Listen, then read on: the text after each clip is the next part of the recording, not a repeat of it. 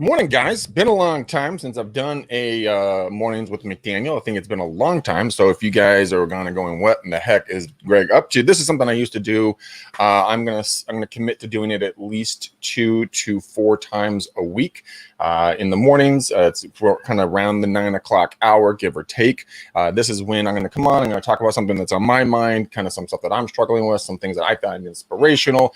Basically, it's like a video diary. So if you guys like it, great. If you don't, well, I don't know, go watch something else. Anyways, today what we're going to be talking about are the most difficult yet comforting things to accept about life.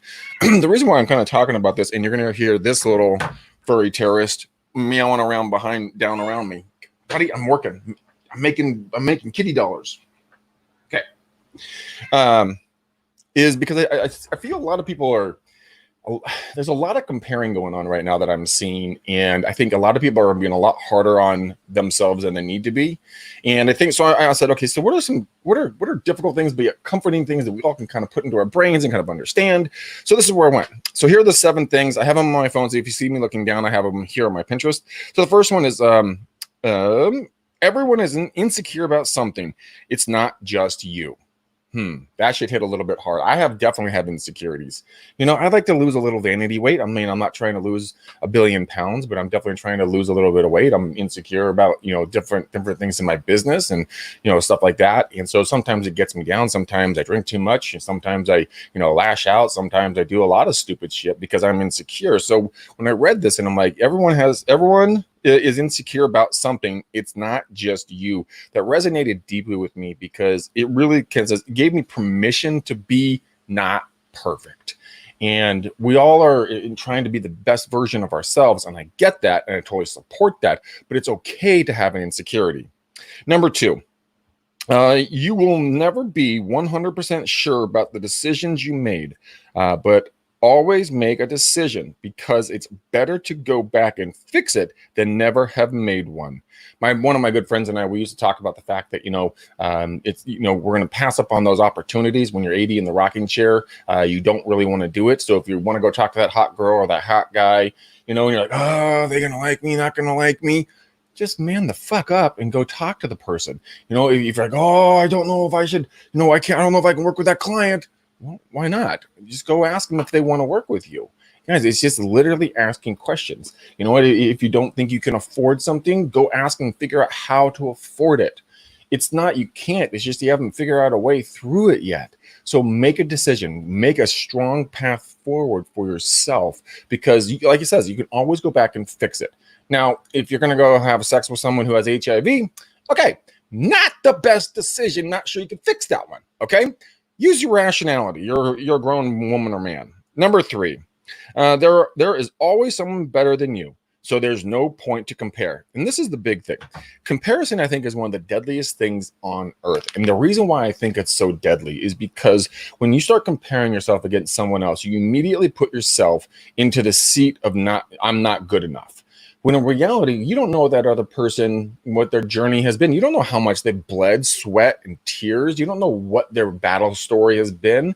You cannot compare yourself against stuff. And I do it. I do it all the time. I compare myself against all kinds of people. And I'm always, oh, shucks, golly gee, why didn't I, like this guy or this gal, or why haven't I done this? Why haven't I done that? Well, it's because I've made decisions in my life. And so if I want to compare myself against someone else, then I have to look at what they're doing, what their daily habits are, what is affecting their life, what they're doing right, what they're doing wrong. And there's nothing wrong with asking them. You can go ask these people and be like, yo, homie, how are you doing this? What programs are you doing? What coaching are you getting? What podcasts are you listening to? What books are you reading? How did you get here? Tell me about your story. Dude, most people are going to be totally fine. But here's the thing. If you ask someone for advice and then take no action, they'll never talk to you again. I talk to a lot of people and I tell them, you can ask me anything you want. But if you ask me about something and then you check in, if you don't check in, like when I ask you to check in 3 months, because these give people about 90 days, then you call me back in a year and go, hey man, I kind of got lost. Well, fuck off and die. Because you know what? You didn't follow what I told you to do. That's a little side note. Okay, number 4. There's nothing in life that can really control except there's nothing in life you can really control except your thoughts and actions. So always hope for the best and prepare for the worst. Cliche, yes. Is it true? 100%. Look, and here's Bandito's tail. And come on, buddy, are you gonna do it or not? He's just right there. You're gonna see something. Thoughts and actions. So what thoughts lead to actions, right? So if you think you're having a bad day, you're most likely going to lead into having a bad day. If you think you're having a great day, it's going to lead into being a great day. Why? Because everything that, come on, brah. I'm trying to show people shit. Get the fuck out of the way. You know, I love this book. Change the way you see everything. Yes, it's written backwards. It might be straight up for you guys, but it's just talking about invert everything you see. So if you're in traffic, this is one of my favorite things. If you're in traffic, right, and you're like, motherfuckers, move. I got places to go. And then all of a sudden you're like, oh, wait a minute, hold up. Let's flip that on its head, because you know what? That's exactly where I need to be at this very second. If you guys are struggling in business, or if you're blowing it up in business, guess what? It's exactly where you need to be in this exact second. About 15, God, it could have been like my first couple of years in the real estate business. So 15, 17 years ago, I was here in Walnut Creek. It was a rainy, drizzly day. I was out doing some pop buys and follow-ups and stuff like that. And I got this uncontrollable urge to pull over on the side of the road and make phone calls, right? And I'm like, I've never wanted to make phone calls on the side of the road in my entire life. What am I doing, right?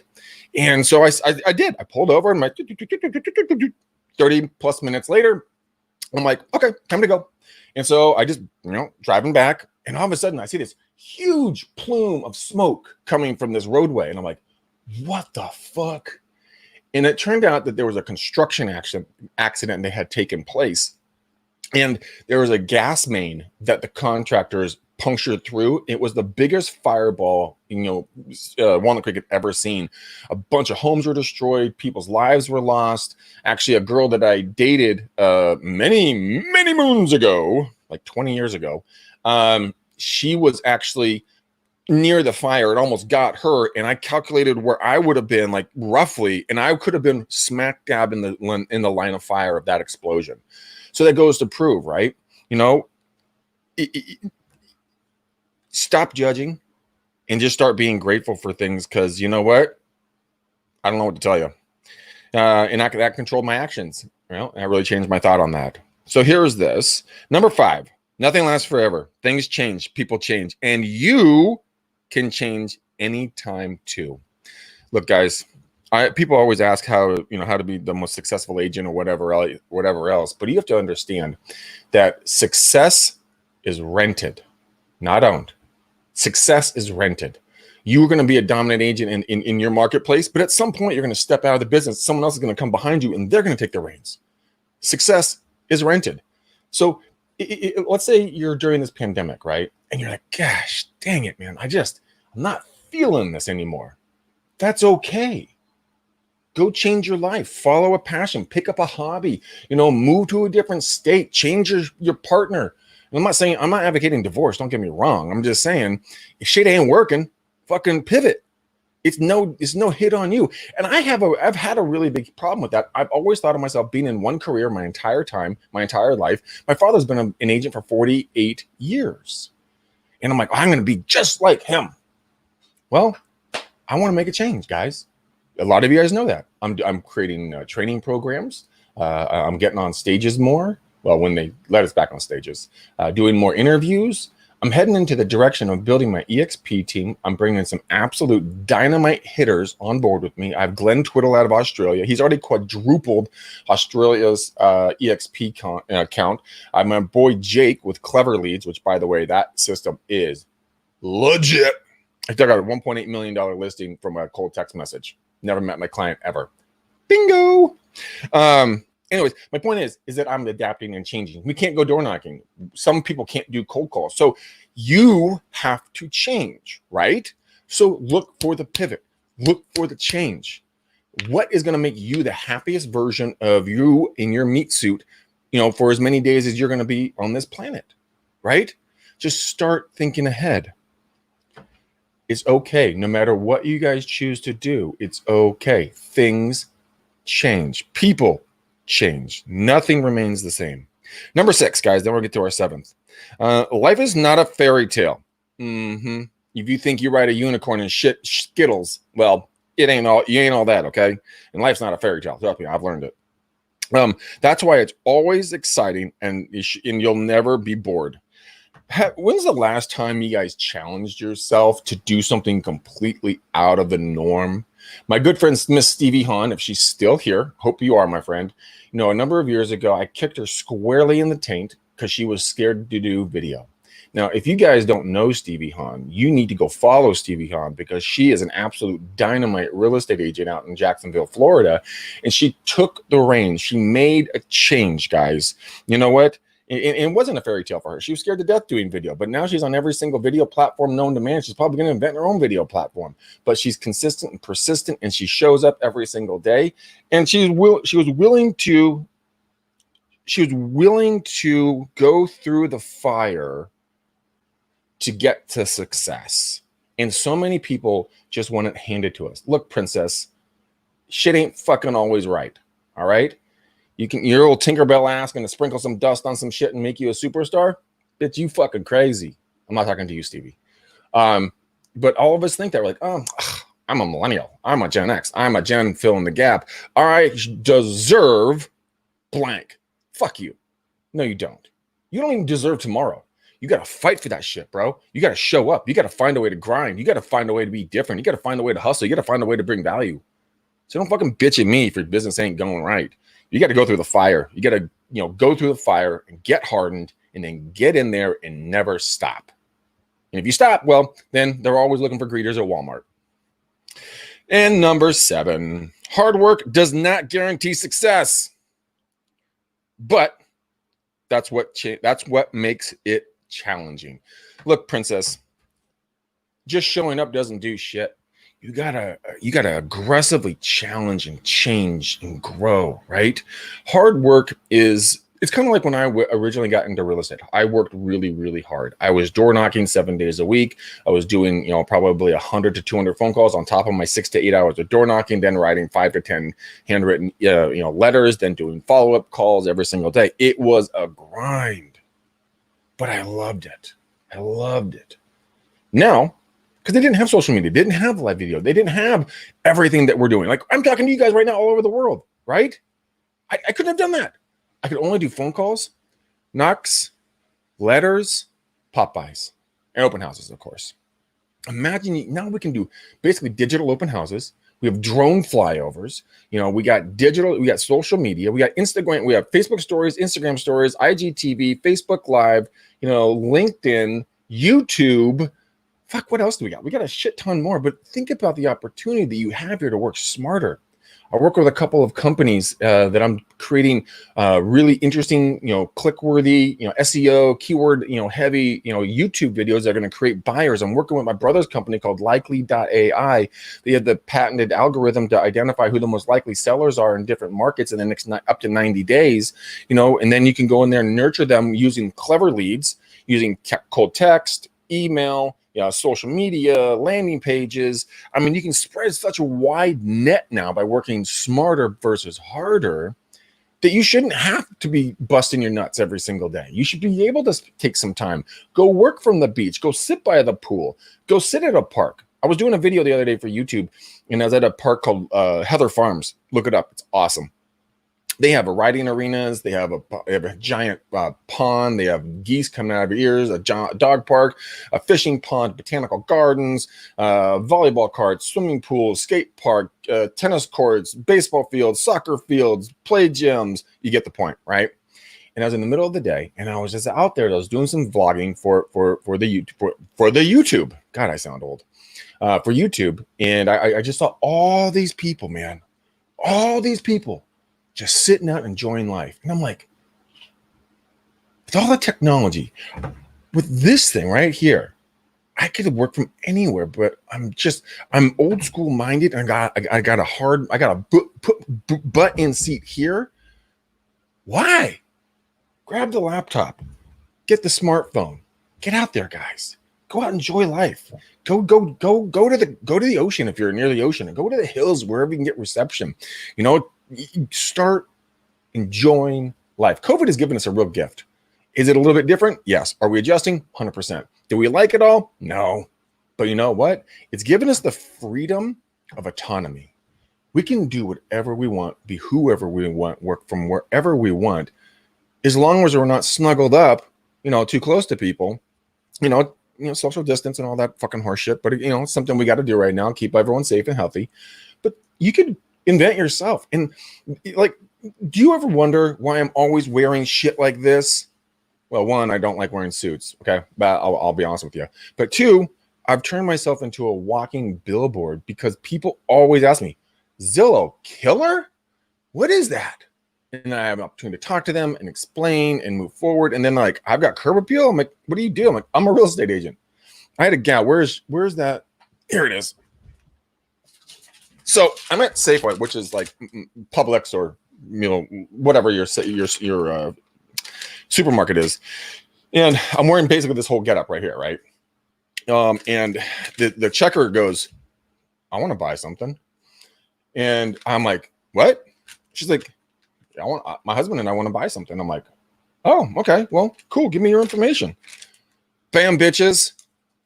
Right there. And you know what? It was just from having a conversation. I was out buying some like bubbly water and some snacks or something useless in the middle of the day. And I'm wearing flip-flops, right, in shorts. And I picked up a lead because I'm being me.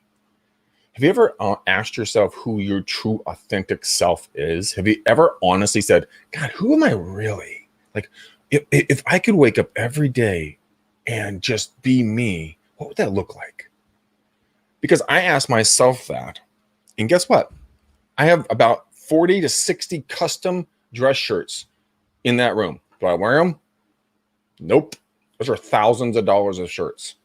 I have, several extremely nice suits I used to wear. Do I wear them?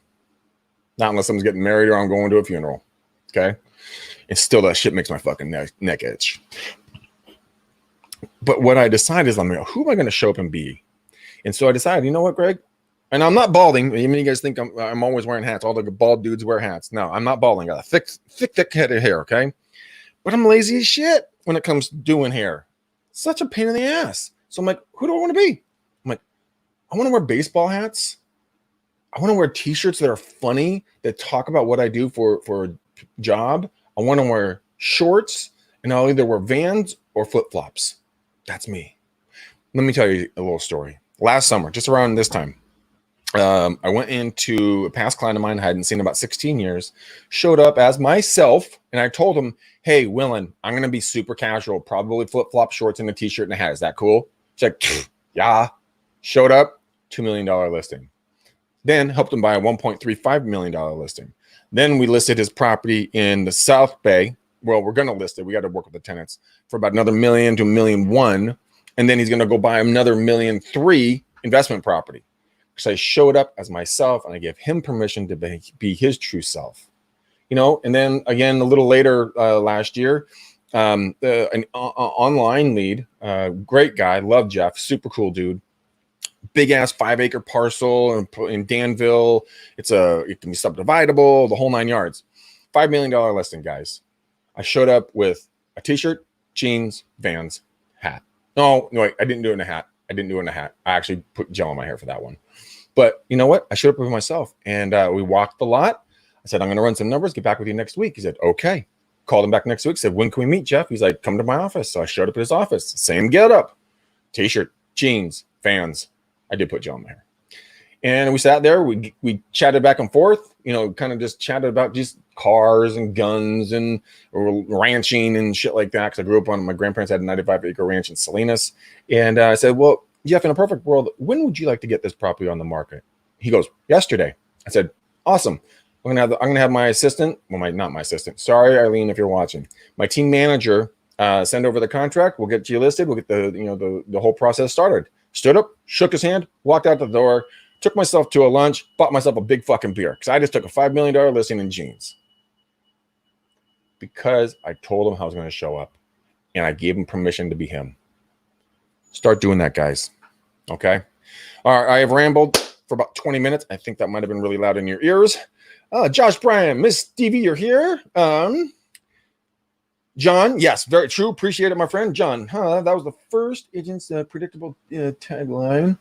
No deal yet. Specialize in luxury real estate. Yeah, you know what? You can specialize all you want in anything that you want. This is basically all luxury in my neck of the woods, right? But it's just real estate to me. Just be you guys. Show up as you and tell your clients. Say, hey, man, then explain to them how you're going to show up. Like I'll tell you my last story, then I'll get out of your guys' hair. A couple of years ago, I was out with a client, Elmer, and we were looking at some properties, and it's really, I'm talking like over the top ritzy neighborhood, right? And a Mercedes is like the shitty car in there. Okay, let's put it that way. And I called them up, and it was hot as shit that day. I called them up, and I'm like, hey, Elmer, bro, like I'm super hot today. I'm gonna come kind of casual. And this is before all these other stories, right? And he's like, okay, yeah, I don't care. I show up. I had a polo shirt on, gel in the hair, like khaki shorts with my Vans on or something like that. And he looks me up and down and goes, "The fuck, bro? Thought you said casual. Where's the board shorts and flip flops?" And I'm like, damn it! And that's when I learned that you can be you in a luxury market. All right, guys, if you enjoy this, please share this. Follow me on Facebook. Subscribe to my YouTube channel, guys. You guys are watching all over the place. And then also follow me on Instagram. I'm trying to do stories there. I was inspired by my dear friend Stevie, who crushes skulls on Instagram stories. I'm trying to do them. Stevie, I can't keep up with you. Well, not yet. I'm trying, man. I'm trying. But, it's go find me on Instagram, Greg McDaniel, REU for Real Estate Uncensored, which is that little brandy thing right up over there. Yeah, there it is. But make sure you subscribe to the podcast, guys. Go download it on any of your favorite podcasting places. So I'm going to bounce out. You guys have a beautiful, blessed, incredible day. Until then, boom, peace. I'll see you guys later. Bye.